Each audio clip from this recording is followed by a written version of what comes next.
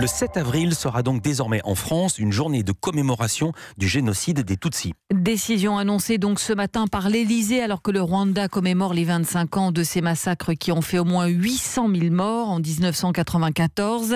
Et cet après-midi, des rescapés du génocide participaient à une cérémonie à laquelle était conviée aussi la chanteuse Barbara Hendricks. Une cérémonie où ils se sont recueillis dans le parc de la Porte de Choisy, Victor Delande. Oui, beaucoup d'émotions dans ce jardin de la mémoire. 300 personnes réunies, un foulard blanc accroché au bras droit pour se souvenir du génocide. Alain prend la parole. Il avait 15 ans en 1994. Ses proches ont été abattus devant lui et 25 ans après, une image le hante encore.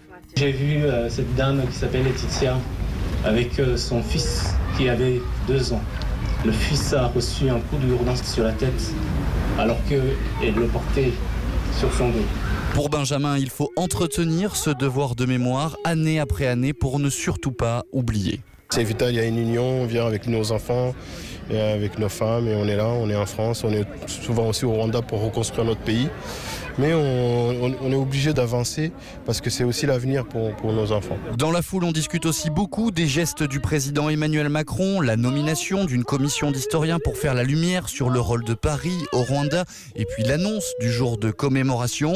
Autant de gestes intéressants mais insuffisants pour le président de SOS Racisme, Dominique Sopo. Nous regrettons bien évidemment l'absence du chef de l'État, soit ici, soit à Kigali, parce qu'il faut que la France, définitivement, se dise la vérité à elle-même sur ce qu'a été son attitude au moment du déclenchement du génocide, dans les mois du génocide et sur les 25 dernières années. Ici, la communauté rwandaise veut que la France soit vraiment actrice pour enfin connaître toute la vérité sur ce génocide.